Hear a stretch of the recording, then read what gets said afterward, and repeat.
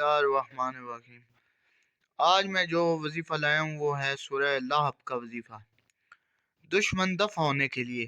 اگر کسی کا دشمن خون کا پیاسا ہو یا ہر قسم کی تکلیف دینے پر ہر وقت آمادہ رہتا ہو تو اس کے لیے باوضو یہ سورہ 41 مرتبہ روزانہ پڑھے، اول و آخر درود شریف 3 مرتبہ پڑھے اور لفظ ابھی لابیوں پر اپنا دشمن کا تصور کرے، انشاءاللہ تعالی دشمن دفع ہوگا۔ اور یہ نوٹ ہے ایک، اس عمل کو ناجائز طور پر نہ کرے ورنہ گناہ گار ہونے کے علاوہ قیامت کے دن ذلیل و خوار ہوگا۔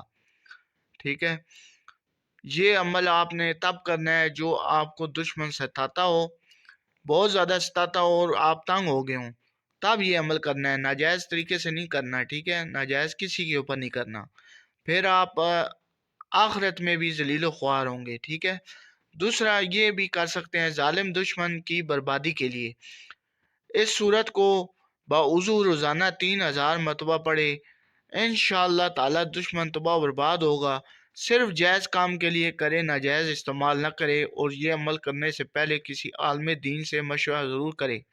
ٹھیک ہے، آپ کو یہ میں بتا رہا ہوں کہ آپ نے عمل ضرور کر لیں، کوئی مسئلہ نہیں ہے، پر آپ جائز ہو تب کریں، ناجائز ہو نہ کریں۔ ٹھیک ہے، آپ کو میں پہلے بتا رہا ہوں، اگر آپ دشمن سے تنگ ہیں جائز طریقے سے کریں، ناجائز نہیں کرنا کسی کے اوپر۔